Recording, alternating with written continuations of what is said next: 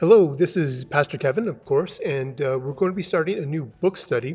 This isn't going to be a daily study, it's going to be like a Wednesday, Sunday sort of thing. And we're going to be looking at different types of spirituality and where you fit in the spirituality spectrum or the spirituality wheel, which I'll be talking about in a bit. And it's going to be based on a book, of course, because I like reading, based on Corinne Ware, her book, Discover Your Spiritual Type. And yeah, let's get into it.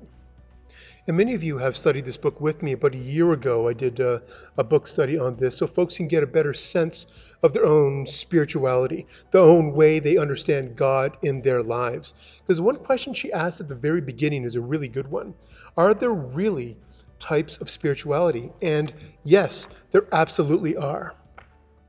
And for me, I found that incredibly freeing to actually understand my own personal spirituality. Because I think most of my life it's been about people telling me how I should experience God. And I don't experience God the same way other people experience God. And I felt like I was lacking something because I didn't experience God in the ways that people said I should. But once I went through this spirituality wheel, the spirituality type indicator, I found that, wow, I really understand myself as in my own relationship with God in a very specific way, in a very personal way, and a very individual way, as well as a very communal way that is also distinctly my own. A good way to figure out if you what kind of spirituality you have is how you respond to this question. And I know one of my predecessors, Pastor Julianne, used to ask this question a lot in her ministry, and it's because she had a very specific kind of spirituality. But the question is this: how do you react to this question? Where have you seen God in your life or in the world today? And so the question becomes not how you answer that question, but how do you react to that question? Because for me, when I answer that question, it's very different from others. The way Pastor Julianne would answer that question, and a lot of other people of faith would say, wow, I see God everywhere. Where isn't God? God is in that relationship. God is in creation. God is wherever they experience God. Where for me, the whole question of where do you see God, I don't know how to answer that. In fact, that question often makes me really uncomfortable because how I understand my faith and how I live out my faith. Because I once had a staff member at a previous congregation. We were on the opposite end of the spectrum in terms of spirituality, and we just couldn't understand each other. In fact, I found that she was judging me because she didn't feel didn't have enough faith because I wasn't seeing God everywhere, active and alive.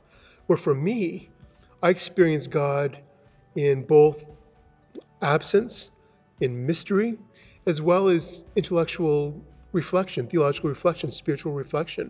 That's where I encounter God. Where she would say, "Oh, Kevin, you're way too much in your head. You have to get more into your heart and feel God and all that sort of stuff." And I'm like, I have no idea what that means. That is just not who I am. And so we kind of clashed on that. And so this is where I discovered the spirituality wheel with Corinne Ware. I had the whole congregation do it so we could all understand our own sense of spirituality, our own personal spirituality, and that they are all valid expressions of spirituality. I don't take away from that person who says they see God everywhere, and I don't want them to take away from me that I experience God in my own way, in theological reflection, again, in absence, in mystery, in ritual and narrative.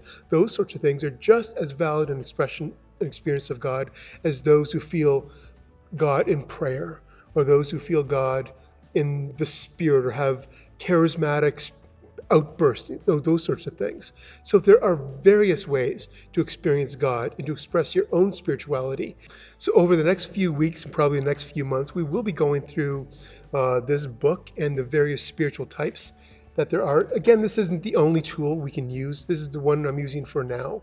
I find it helpful. There are limitations to it, which I'll talk about, but at the same time, it's a really good place to start in helping you understand your own spirituality, your own spiritual walk, and find ways to develop your own sense of God in your life and in the life of our community, so you can express your faith in a real, authentic way instead of having to worry about the way someone else thinks you should be experiencing God.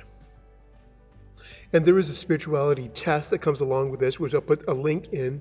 And I encourage you to go through that. It's not a test in the sense that there's right or wrong or pass or fail. It's to help you better understand your own self and how God works in your life. And so I look forward to going on this journey with you.